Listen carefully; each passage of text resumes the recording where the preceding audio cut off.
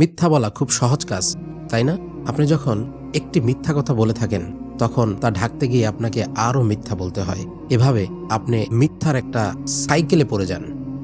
মিথ্যার এই চক্র থেকে বের হওয়া তখন আপনার জন্য কঠিন হয়ে যায়, আর আপনি শয়তানের সেই ফাঁদে পা দিয়ে ফেলেন। আপনি জানেন কি, আল্লাহ সুবহানাহু ওয়া তাআলা পবিত্র কোরআনে মিথ্যাবাদীদেরকে অভিশাপ করেছেন। আল্লাহ সুবহানাহু ওয়া তাআলা আরও বলেছেন, আল্লাহ তাআলা মিথ্যুক অপচয়কারীকে সুপথ দেখান না। রাসূল সাল্লাল্লাহু আলাইহি ওয়াসাল্লাম আমাদেরকে মিথ্যা বলা থেকে সবসময় বিরত থাকতে বলেছেন। আমরা যেন হাসি তামাশার ছলেও কোনো মিথ্যা বলে না ফেলি। আর মিথ্যা বলা মুনাফিকদের অন্যতম একটি স্বভাব।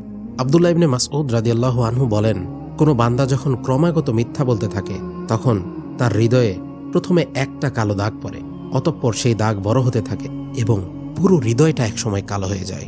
তখন আল্লাহর কাছে তাকে মিথ্যাবাদী লেখা হয়। রাসূল সাল্লাল্লাহু আলাইহি ওয়াসাল্লাম বলেছেন, ৩ ব্যক্তির সাথে আল্লাহ তাআলা কিয়ামতের দিন কথা বলবেন না, তাদের দিকে দৃষ্টি দেবেন না এবং তাদেরকে গুনাহ থেকে পবিত্র করবেন না। এই ৩ ব্যক্তি হলো ব্যভিচারী বৃদ্ধ, মিথ্যুক শাসক এবং অহংকারী দরিদ্র। আল্লাহ আমাদেরকে মিথ্যা বলা থেকে হেফাজত করুন। আমিন।